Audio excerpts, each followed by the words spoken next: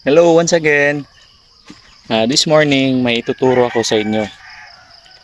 This is indigenous material, no? Dahon ng saging. Gagamitin natin to sa ating pagtatanim. Okay.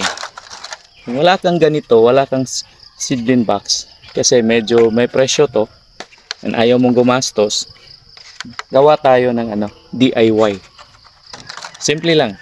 Dahon ng saging, whether yung fresh or yung brown na, ganito lang. Ikot mo lang.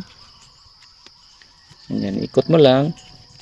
Tapos pagdating dito sa dulo, tupiin mo. Pag papasok.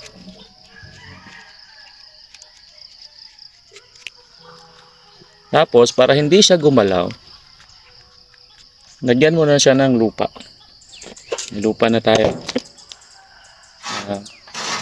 Meron na tayong vermicompost. Lupa na lang ilagay mo.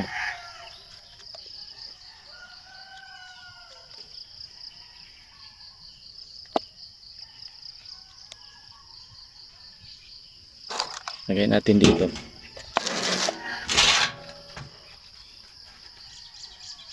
Again, ulitin ko. Ikot. Ikot. Tupi. Tupi, papasok. Papuntang loob. Para mag-lock siya.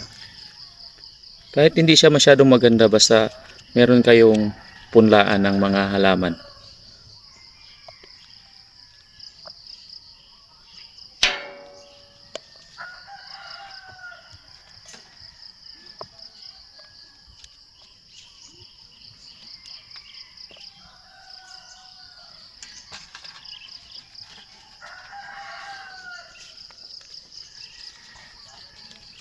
Ikot, ikot,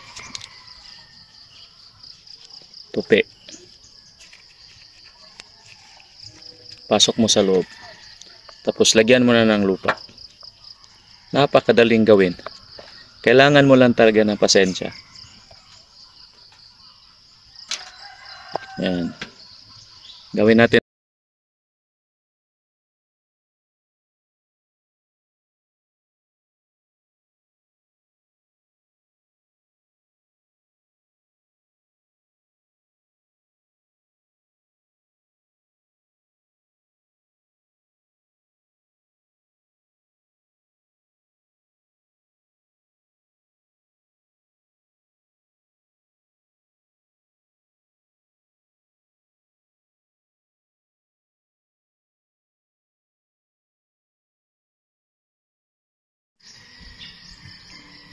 There you go.